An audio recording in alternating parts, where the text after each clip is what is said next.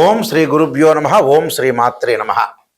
August 11వ తారీఖు నుంచి 20వ తారీఖు వరకు కూడా 10 రోజుల పాటు గోచార పరంగా వివిధ రాశులకు ఏ విధంగా ఉందో తెలుసుకుందాం. తెలుసుకునే ముందు గ్రహగమన గతులు ఎక్కడ సంచరిస్తున్నాయో తెలుసుకుందాం. శని మీనరాశిలో వక్రగతిలో ఉండటం, కుజుడు మిథున రాశిలోను, బుధుడు గురువు కర్కాటక రాశిలో ఉండటం, రవి కర్కాటక సింహరాశిలో సంచారం చేయటం, శుక్రుడు కన్యారాశిలో సంచారం చేయటం, రాహు కుంభరాశిలోను, కేతు సింహరాశిలో సంచారం చేయటం, అలానే చంద్రుడు ఈ 10 రోజుల పాటు కర్కాటకము, అలానే సింహము, కన్యా, తుల, వృశ్చిక రాశిలో సంచారం చేయటం జరుగుతుంది. ఇవన్నీ కూడా గోచారరీత్యా చెప్పబడే ఫలితాలు అంటారు. అంటే గోచారం అంటే ఈ 10 రోజుల పాటు మనం ఎలాంటి జాగ్రత్తలు తీసుకోవాలి, ఉద్యోగ పరంగా, వ్యాపార పరంగా, ఆస్తుల పరంగా, వివాహాల పరంగా, ఆరోగ్య పరంగా, వాహన ప్రమాదాలు కానీ, కోర్టు సమస్యలు కానీ, మానసికంగా ఆందోళన పరంగా కానీ ఎలాంటి నిర్ణయాలు తీసుకోవాలి, అంటే డబ్బు పరంగా ఎలాంటి నిర్ణయాలు తీసుకోవాలి, అలానే బ్యాంకింగ్ సెక్టార్ ఏ విధంగా ఉండబోతుంది, లోన్లు వచ్చే అవకాశం ఉందా లేదా, ఇలాంటివన్నీ కూడా మొదలగు విషయాలు, వివాహ సంబంధాల దగ్గర నుంచి, దాంపత్య జీవితం దగ్గర నుంచి ఆరోగ్యపరంగా కానీ ఇలాంటివన్నీ కూడా ఎలాంటి నిర్ణయాలు తీసుకోవాలి, ఎలాంటి నెగిటివ్ ఉంటుంది, ఎలాంటి పాజిటివ్ ఉంటుంది, ఎలాంటి జాగ్రత్తలు తీసుకోవాలి. ఎప్పుడు కూడా జీవితంలో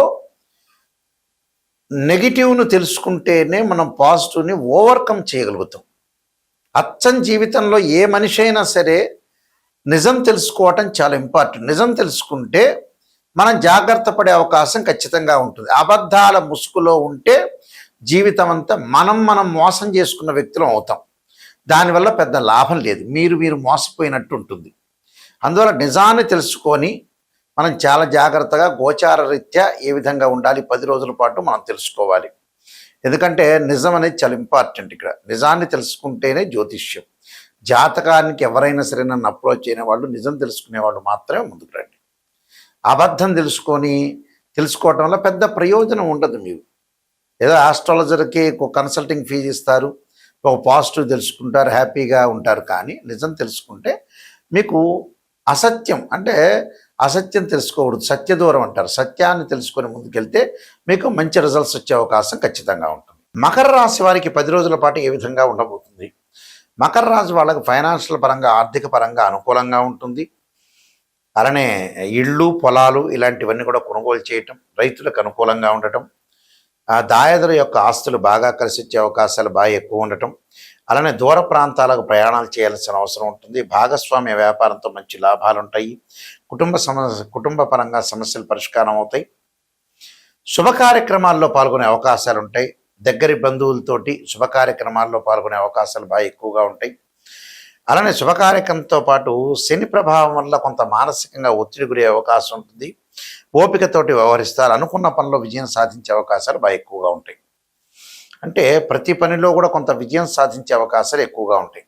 ఆస్తిపాస్తులు, ఇళ్ళు కొనుగోలు చేయాలని ఒక ఆలోచన సరళి కూడా బాగా పెరిగే అవకాశాలు ఎక్కువ ఉంటాయి. కొంత ఆరోగ్యపరంగా మటు కొంత జాగ్రత్తగా వహించడం చాలా ఇంపార్టెంట్. ఇక్కడ నూతన వ్యాపారం అనేది బాగా కలిసి రావటం ఒకటి. అలానే శుభ కార్యక్రమాల్లో పాల్గొనటమే కాకుండా శుభ కార్యక్రమాలకి ఆర్గనైజేషన్ చేసే అవకాశాలు కూడా బాగా ఎక్కువ ఉంటాయి. మంచి ఆర్గనైజేషన్ చేసే అవకాశాలు ఉంటాయి. అయితే వీళ్ళు చేయాల్సింది ఏంటంటే లక్ష్మీ నరసింహస్వామి యొక్క స్తోత్రాన్ని, కులదేవతను ఆరాధన చేయటం ఒకటి. అలానే ఆదివారం, మంగళవారం కొంత నియమాలు పాటించడం, సుందరకాండ పాలన చేయటం చాలా ఇంపార్టెంట్. అలానే శరీరే జర్జరీభూతే వ్యాధిగ్రస్తే కళేబరే ఔషధం జాహ్నవీతోయం వైద్యో నారాయణ మంత్రాన్ని చక్కగా చదువుకోవాలి.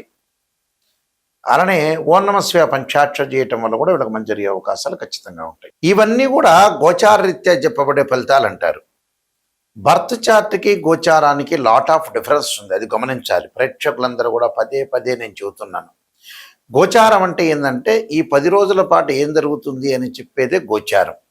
బర్త్ చార్ట్ అంటే ఏంటంటే లాంగ్ రన్లో మన జీవితంలో మనం ఎలాంటి నిర్ణయాలు తీసుకోవాలి, వృత్తి, ఉద్యోగ, వ్యాపార రంగాల్లో ఏ విధంగా ఉండబోతుంది, సంతాన పరంగా కానీ, వివాహ పరంగా కానీ మనం ఎలాంటి నిర్ణయాలు తీసుకోవాలి, అన్నీ కూడా ఆచితూచి ఆలోచన చేయాల్సిన అవసరము ఉంటుంది. అది నెగిటివ్ పాజిటివ్ రెండు కూడా తెలుసుకోవాల్సిన అవసరం కూడా ఉంటుంది.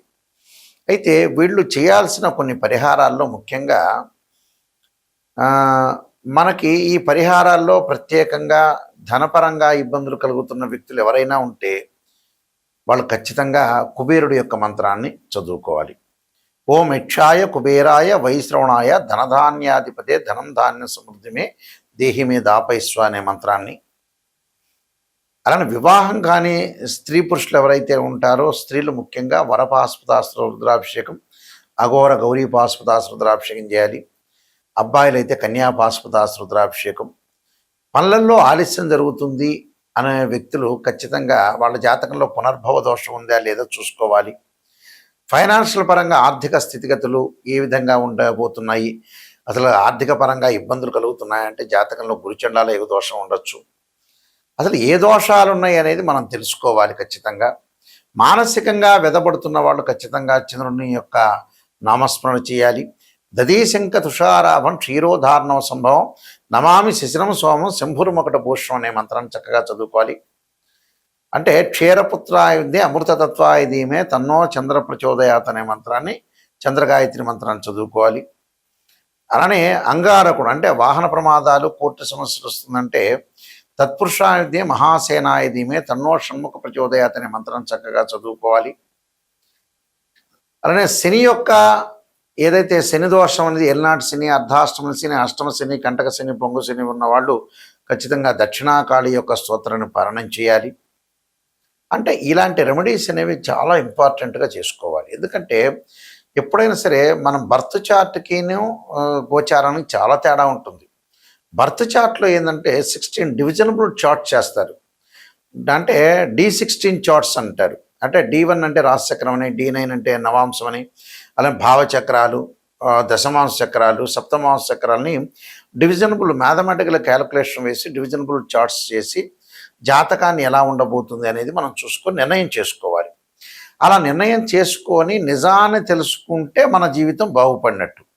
అబద్ధాన్ని మనం తెలుసుకున్నామంటే మీ జీవితం బాగుపడనట్టే.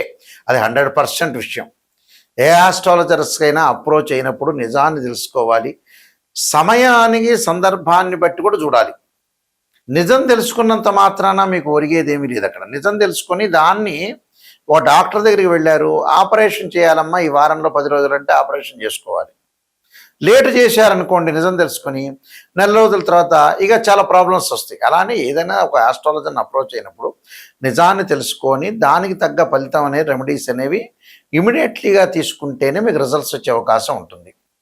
50 ఏళ్ళప్పుడు మీరు రిజల్ట్ తెలుసుకొని 70 ఏళ్ళప్పుడు పూజ చేసుకుంటే పెద్ద ప్రయోజనాలు ఉండవు. ఎప్పుడూ కూడా దశలు అంతర్దశలు చిన్నప్పుడు ఏదైతే దశలు అంతర్దశలు మంచి దశలు వస్తాయో ఆ దశల్లోనే మనం ఏదైనా దోషాలుంటే పరిహారం చేసుకోవాలి.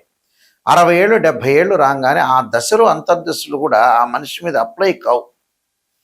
అంటే అంత పర్ఫెక్ట్గా అక్కడ పాజిటివ్ ఇవ్వవు. అంటే శరీరంలో బాడీ ఎలా ఉంటుంది, కొన్నాళ్ళ తర్వాత వీక్ అయిపోతుంది కదా. అలానే ఆ దశలన్నీ కూడా మంచి దశలన్నీ కూడా చిన్నప్పుడు వెళ్ళిపోతుంటాయి. లాస్ట్లో ఉండేటప్పుడు ఆ దశలు అనేవి చెడు దశలు వచ్చే అవకాశాలు ఎక్కువగా ఉంటాయి.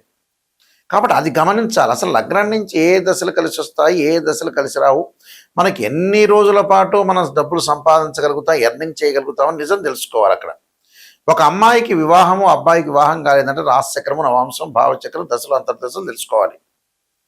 గోచారం ఏంటంటే చాలామంది కూడా గోచారం అంటే ఏంటంటే జస్ట్ ఆ 10 రోజుల్లో, నెల రోజుల్లో, ఆ వారం రోజుల్లో మనం తీసుకోవాల్సిన నిర్ణయాలు మాత్రమే. ఎప్పుడు అవి లాంగ్ రన్లో పనిచేయవు. ఇప్పుడు 10 రోజుల ఫలితాలు చెబుతున్నాయి, 10 రోజుల వరకే. అంతేగాని లాంగ్ రన్లో పనిచేసేవి ఏంటంటే నాటల్ చార్ట్, బర్త్ చార్ట్ అంటారు. అది తెలుసుకోండి, నిజాన్ని తెలుసుకోండి. అబద్ధాల ముసుగులో ఉంటే వేస్ట్ జాతకం చెప్పించుకోవడం కూడా. నేను అంత ఓపెన్గా చెప్పే మనిషిని, ఎందుకంటే మేము వంశపారంపర్యంగా చెప్పే మనుషులం. మా నాన్నగారు కూడా పెద్ద సిద్ధాంతి. అందువల్ల ఏమిటనంటే ఇవన్నీ తెలుసుకోవాలి, నిజాన్ని తెలుసుకోవాలి. స్త్రీయ లోపం పెరుగుట పెద్ద విద్య, లోపమెరిగిన వాడే పూర్ణుడవుతాడట. మనలో లోపాలని మనం సవరణ చేసుకుంటే 100% కంప్లీట్ మ్యాన్ అవుతాడు. అది నిజం తెలుసుకోవాలి. ఇన్ టైంలో నిర్ణయం తీసుకోవాలి. ఇన్ టైంలో నిర్ణయం తీసుకుంటే కొంతమంది పిల్లల యొక్క పెళ్ళిళ్ళకి చూపిస్తుంటారు, మా దగ్గరికి వచ్చి చూపించిన తర్వాత చేద్దాం అంటే 42 ఏళ్ళు వస్తుంది. ఎందుకు ఆ జాతకం చూపించుకోవటం? ఇంకా అంత అయిపోయిన తర్వాత జాతకం చూపించుకోవడం కూడా వేస్ట్. ముందుగానే నిర్ణయం తీసుకోవాలి. భగవంతుడు ఒక జ్ఞానం ఇచ్చాడండి వాస్తవంగా. ఎలాంటి జ్ఞానం అంటే తొందరగా ఇన్ టైంలో నిర్ణయం తీసుకోవాలి. అంత సమయస్ఫూర్తి, తొందరగా పెళ్ళిళ్ళు చేయటం, డబ్బులు సంపాదించుకోవటం, ఆరోగ్యపరంగా ఇబ్బందులు లేకుండా ఇలాంటివన్నీ కూడా తొందరగా నిర్ణయం తీసుకోవాల్సిన అవసరమే. ఎప్పుడో 40 ఏళ్ళకి 50 ఏళ్ళు వచ్చి మా అబ్బాయి పెళ్లి చేయటం, ఈ లోపల అంతా టైం అంతా వేస్ట్ చేసుకోవటం. Don't waste your time. ఇలాంటివన్నీ కూడా ఇదే అసలు మెయిన్ రోలు. నేను చెప్పే విషయమే మెయిన్ రోల్ 100%కి. ఇక దీనికి అసలు క్యాల్కులేషన్ లేదు నేను చెప్పే విషయానికి. అందువల్ల చాలా జాగ్రత్తగా తొందరగా సెటిల్ కావాలి మనిషి. తర్వాత రోజులు లేవు.